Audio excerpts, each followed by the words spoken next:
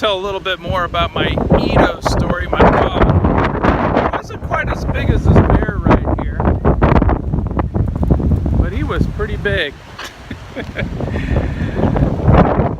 My job was to take Ito and feed him, walk him, give him a little exercise, and boy, did I get some exercise. In the mornings I took him out for a walk, got up early before I went to school, and sometimes during the day, and at night I'd take him for a walk. There was this dog, well, back up a little bit, when I took him for a walk in Chicago, 105th and Ewing at the pet store, there was alleyways. Sorry, I should do this in a quieter place. Stop.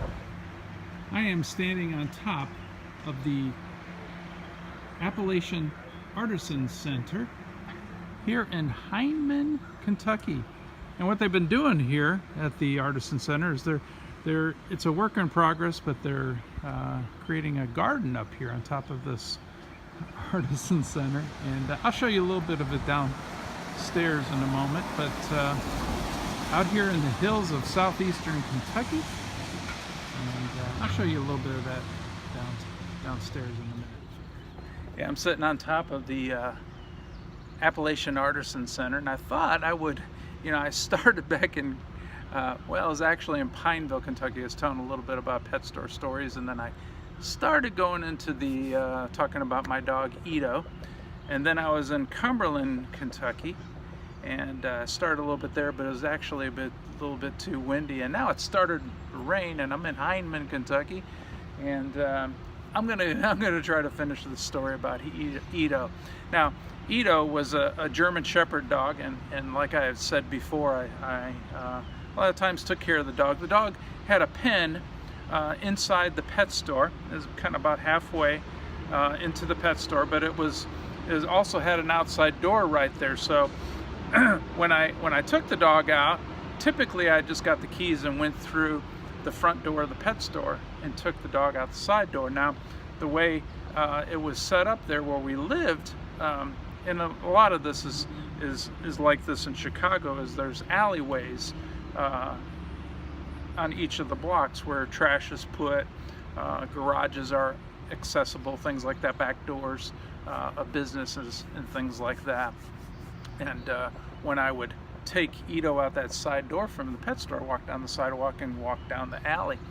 Now in the mornings, it's really no big of a deal, and most of the time is there was light and not very scary. But at night, for a 10, 11-year-old, 12-year-old kid, it's kind of scary walking down those alleys.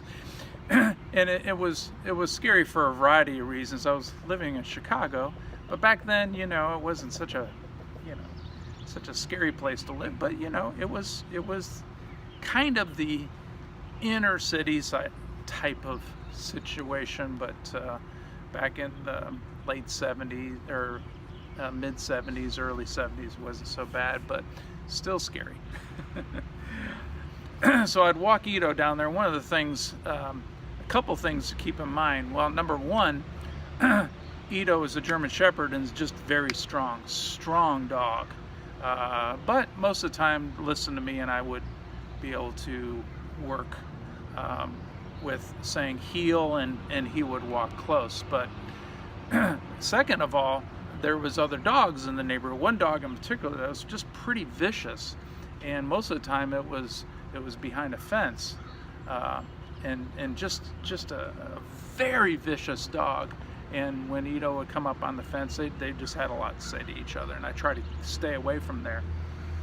But I remember one time in particular, I was out walking Ito, and this dog had gotten out. Now, I'd seen the dog out before, and I made sure that I wasn't walking Ito at that time, because I didn't want none of that. But this was one of those kind of situations where it just kind of came up on me, and I was instantly in the middle of a situation where I had the leash to Ito, and I usually had it kind of wrapped around my arm pretty good, you know, to kind of be able to use some force with Ito. So it wasn't easy to let go of it. And when these two dogs got into a scuffle, a brawl, it was intense. I was in the middle of it, and I was kind of dragged into it, not in the sense where I got hurt by the dogs, because that eventually broke up, but I got hurt because I got pulled down onto the ground. And in our alleyways there was some asphalt, but most of it was gravel, and I could just remember my knees got drugged through because the force of this dog trying to get into the middle of this scuffle, and they're just going at it. It was all that my little scrawny self can handle. It was beyond what I can handle, and it was just intense. And I remember that almost like it, not necessarily that like it happened yesterday, but I remember that because it was a pretty traumatic experience. Went home crying, you know, the whole thing, you know. Pappy cries a lot for other reasons today, but back then Pappy did cry. Another thing I do remember about Ito, and there's probably quite a bit I can, if I sit there and think about it, that I can pull out of my memory. But I do remember just having some fun with that dog. Particularly at night, I would turn the lights on in the pet store, because, you know, once again, for a little kid, it's kind of scary going into that kind of environment. It's dark, and, you know, I'm walking around display counters and stuff like that, and, you know, my mind's just kind of wandering, and you know, who could be hiding behind those kind of things? And you kind of had to walk a little ways in to get all the lights on. You can get some of the lights on at the door, but you had to go pretty far in to get all of the lights. And so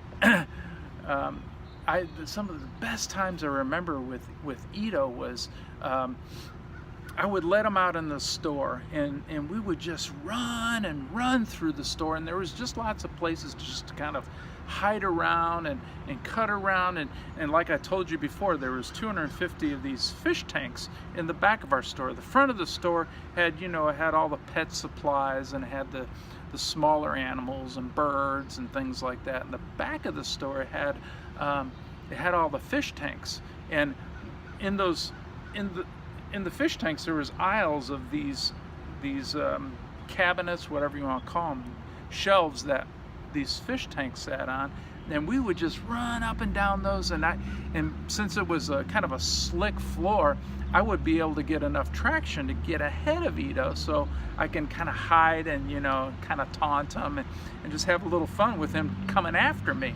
And you know, I just remember I get down to the end of these aisles, and the aisles, if I went back to the pet store today, they couldn't have been very far, you know, at all, but they felt like forever, you know, running down these aisles. And I would get from one end, leave Ito behind, and run to the other end of these aisles and kind of hide around the corner, and he would just be hitting those feet, you know, trying to get some traction on the floor, and I would dart around and go up the next side of the aisle, the other back side of the aisle, and he would come around and he'd look and he'd see that, you know, I'd gotten away from him.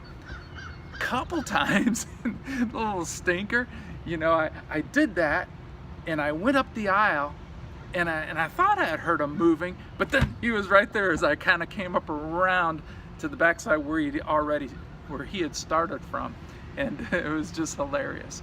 I just remember seeing that stupid dog just scampering with his feet, trying to get some traction, trying to come after me, and every time he'd get up on me when he'd catch me, we just, you know, I just rub him in his fur, and it was just a fun experience. Ito's a great dog. You know, when we owned the pet store, it was in the 1970s, and my parents sold it probably around 1974, somewhere around there. I can't remember how many years they did have it, but they had it for several years. And when they sold it to a man that was going to work off of, you know, building the pet store up. And I remember when he had started doing that, he was before he had started doing that, he was kind of working with my dad with ideas and stuff like that. And so my dad was just kind of, you know, going to sell it to him, and he was going to take over and do that. And we left Ito with him when we moved to Atlanta, and kind of broke my heart. It was just a great dog, even though there was a lot of responsibility with taking care of the dog. You know, taking it for a walk, feeding it supper, and those types of things. You know, I didn't necessarily enjoy those, but as I look back now, they are very fond memories. So there you go, a little bit more of my Ito stories. We're here in end of March 2018, and there you go. We finally finished the Ito stories. Love y'all. Bye. Here's just on the first floor of the Kentucky Artisan Center, and it actually, this room right here, there's other rooms with lots of artwork. This is the one that's kind of most interesting to me, this Museum of the Mountain Dulcimer.